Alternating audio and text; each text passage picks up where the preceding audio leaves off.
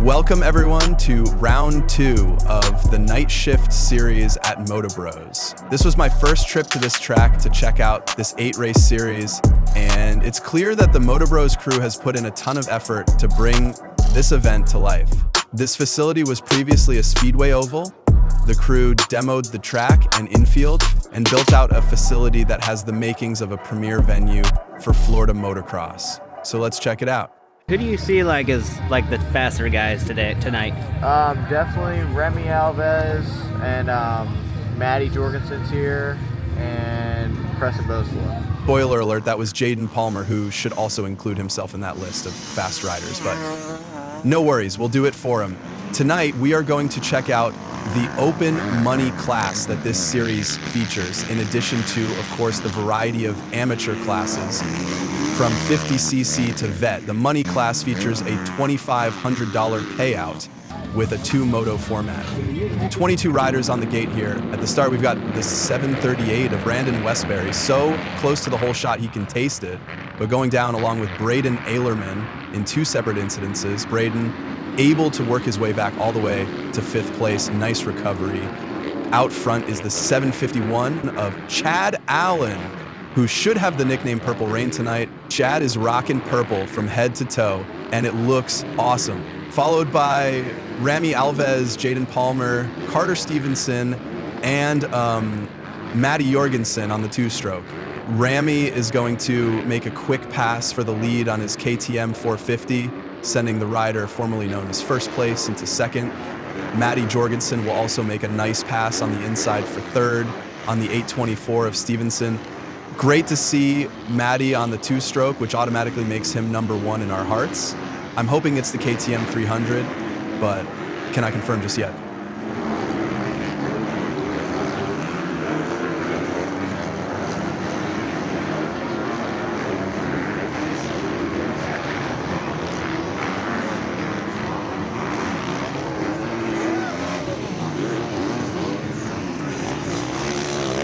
The 804 of Palmer makes the pass from the outside of Allen for second, and it looks like this could be shaping up to be a nice battle out front with Remy Alves, Jaden Palmer, Chad Allen, Matty Jorgensen, Carter Stevenson, and Preston Boslow rounding out the top 5. The number 4 of Jorgensen forces his way into the 3rd place spot as the laps wear on. There is a very large table-to-table line that some of the fast guys are jumping right here. Matty shows us the absolute minimum length you can jump it and still survive. Any shorter or any less of a rider, and the next obstacle would be how to tell the story of what happened to your orthopedic surgeon. Fortunately for Matty, he lives to see another corner and shakes it off to chase down the front runners. So, some initial observations as a first-timer here. This track is so fast. These guys are ripping from almost one end of the property to the other on many of these lanes, and there is not much that's going to slow them down, which equates to not much separating the riders. What that means is, for the bulk of the field, we should see much closer racing, but of course, adding in fitness to the equation will add some separation, as this is a 10-lap race with top end of the lap times roughly 122, 123s for our front runners. Also, the sun setting on the west side of this track looks absolutely brutal for these guys. It's, of course, a timing issue and, Earth, but it just so happens to be occurring during the premier race of the night.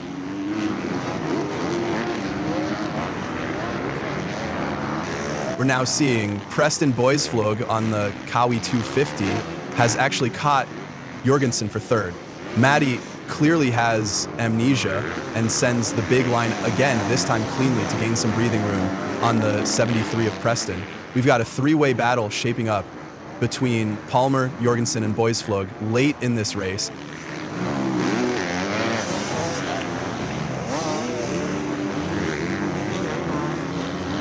It looks like this was short-lived. Preston is looking down at his left leg and has dropped off the pace. But we'll check in with him after the moto to see what's up.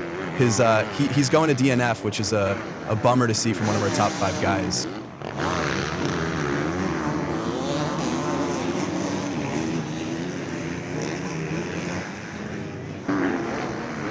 White flag lap, and Matty Jorgensen is hounding Jaden Palmer for second. He's finally able to make the pass and bring home the number 2 spot. Out front was a complete snooze fest, thanks to Rami Alves making it look way too easy. Let's go tell him not to do that again. Top 5 results courtesy of Race Ready Timing and Scoring are Rami Alves, Matty Jorgensen, Jaden Palmer, Braden Aylerman, and Carter Stevenson rounding out the top 5. Rami Alves ain't no slouch for sure. He's got a top 10 finish in Supercross, as well as a top 15 finish overall in Motocross. I went down and found him in the pits to meet the 22 and learn more. A lot of people don't know this, but I made the decision to step away from racing professionally. And man, ever since I made that decision, I still ride. You know, I love riding. I try to ride every weekend, you know, have fun, and go do some local racing and stuff. But I did step away from racing professionally 1 year ago, and just been having fun ever since. I try to ride every weekend, but the last time I actually rode was 3 weeks ago. My first practice in 3 weeks was the practice for this event. So first couple laps were a little rusty, but man, to be honest, like, I'm riding for fun, and when you ride for fun and you're truly enjoying it, that's when you ride your best. And my riding, you could probably tell, you know, just like looked easy, it looked effortless. It's because I was just doing my laps and just having fun. And any rider, if that's how they ride, they're gonna ride their best. So that's what I did.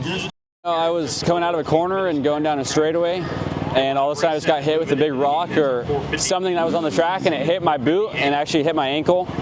And so my ankle's pretty swollen right now, pretty black and blue, and I'm having a tough time just kind of getting around on it. So that's kind of where I'm at right now. I believe it's all right, but it's just super sore and don't want to risk it.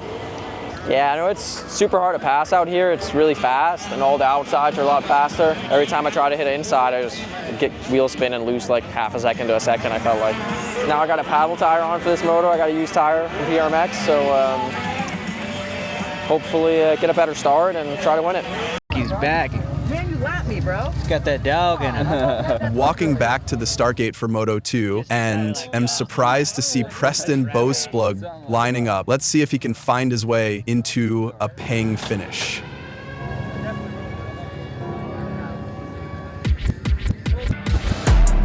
Check this out.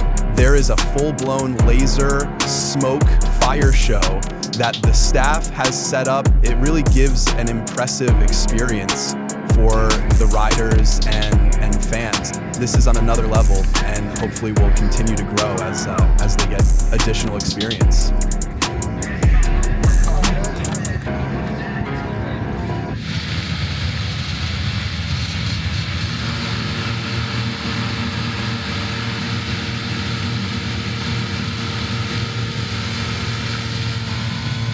Not only do they have the opening ceremony show, they also have gates that decide to quit working. The only time the entire evening that the gates had an issue. Bad luck. This is really starting to look like a Supercross. All right, they've got it sorted out. Let's rip second motos. A much cleaner start this time with Stephen Culleney grabbing the Holy, Rami Alves in second, Preston Bowsplug in third, Matty Jorgensen fourth, and Jaden Palmer rounding out the top 5. I'm gonna shut up for a bit here. I think it's cool as a moto enthusiast sometimes to just watch and listen to some fast guys on a great track, turn laps. You probably have an idea of who the riders are already, and they are making it look easy. Enjoy.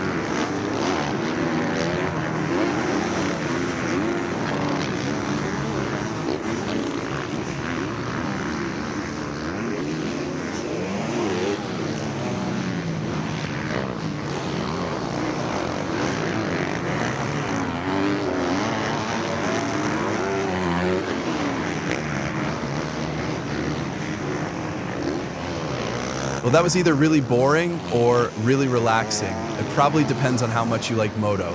Let me know in the comments. I commend Preston Boesflug for getting back out there the second moto. That's what it's all about. Somebody please come out to round 3 and make sure Rami doesn't take all the money again.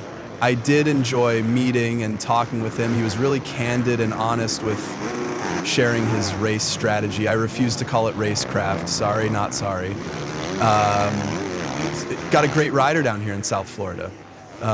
Come take their money.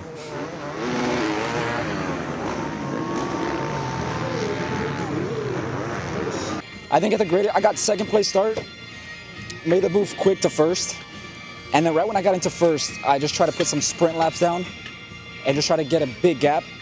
Once I got that gap that I was happy with, I seen that Jorgensen made the move for second. Once I have that gap, it makes it really easy. I could do my own race and I could focus on, is it good? You can Focus on like what's going on behind me. I know they say focus ahead, but at the same time I'm focused, but I see what's going on behind me, and I seen that he made the move for second, and I seen that I feel like he tried to make a push. I had more in the tank, so I did that push as well, and then the last 3 laps I just maintained it, keeping an eye on him and just enjoying it. The track's really fun. It getting a little bit more rough, which I enjoy, separates it a little bit more, but man, we did it. 1-1, had a blast. Thank you for watching. It was great to come to a new track and check out how other race promoters run their race program. If you could help out the channel by liking and subscribing, I would really appreciate it. Thanks again.